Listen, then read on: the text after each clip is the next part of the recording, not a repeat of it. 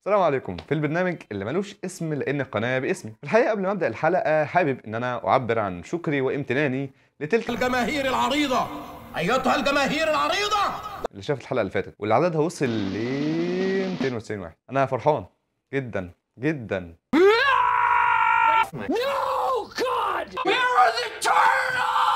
نخش في الحلقه.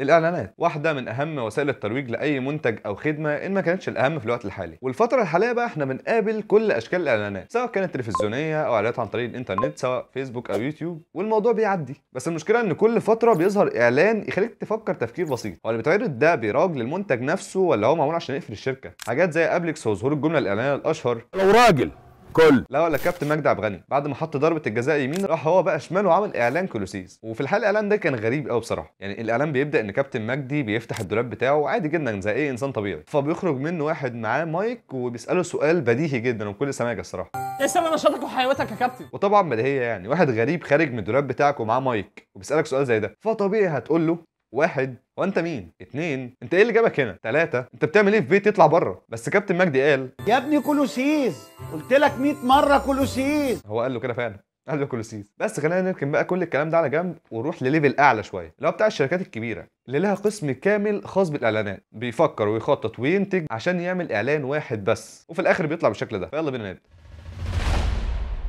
من كام سنه قررت شركه سوني انها تعمل اعلان تعلن فيه عن المنتج الجديد ليها، وفي الحقيقه الاعلان ده كان اغبى حمله اعلانيه في تاريخ سوني كلها. واللي ما يعرفش مين هي سوني فهي الشركه المسؤوله عن تصنيع جهاز البلاي ستيشن. فقررت بقى سوني تروج لمنتجها الجديد واللي هو البلاي ستيشن باللون الابيض، حاجه شيك كده فاهم، اللي هو تنزل تاكل السوق على طول. الاعلان بقى كان عباره عن ايه؟ بتظهر امراه شاحبه الوجه ذات شعر ابيض بتشد امراه سودة كده فاهم وشها، فالموضوع بيضلم فجاه كده اللي هو ايه اللي هيحصل؟ مفيش حاجه بتحصل بقى. هنا بقى الاعلان بيقف. فالاعلان ظاهريا اتفسر ان هو بيروج للعين نون صاد ر ي ت مربوطه. مش هقولها كلها عشان يوتيوب بيزعل، فيا جماعه انت بقى اكسب بلاي ستيشن ابيض. وطبعا بعد ما الاعلان خلص انت فاهم اللي حصل. And finally, the NAACP is not happy this morning about a European ad for Sony's new portable PlayStation. The billboard ad plays up the PSP's new color, ceramic white. It shows a white model dressed all white holding the jaw of a black model. كل جماعه حقوق الانسان زعلت جدا وقالت لك اللي عملته سوني ده ما يصح. هي يعني عشان بتصنع بلاي ستيشن تلعب بالناس عادي كده؟ بس هنا سوني ما سكتتش وقالت ان الصور التي تم استخدامها في الحمله تهدف فقط الى ابراز تباين بين الالوان المختلفه المتوفره لجهاز البلاي ستيشن. وهو بصراحه البيان كان منايل اكتر من الاعلان نفسه، بس تمام الدنيا عدت فاهم والدنيا هديت وسوني عرفت غلطها.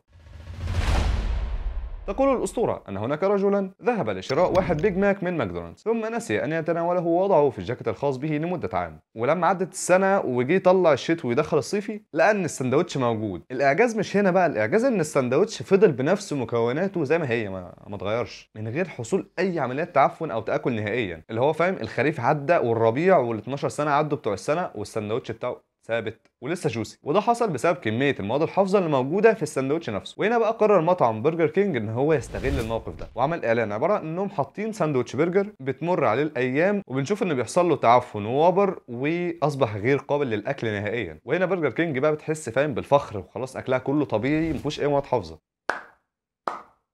بس اي حد شاف الاعلان ده كانت اول كلمه قالها الاعلان نفسه اي نعم بيوضح ان الاكل طبيعي وتمام، بس طريقه العرض نفسها خلت اللي بيتفرجوا على الاعلان يحسوا بنوع من القرف لان المنظر نفسه ما كانش مريح للعين قوي يعني، لدرجه ان في بعض الناس قرروا ان هم مش هياكلوا برجر تاني ابدا، وده كان بسبب الحمله.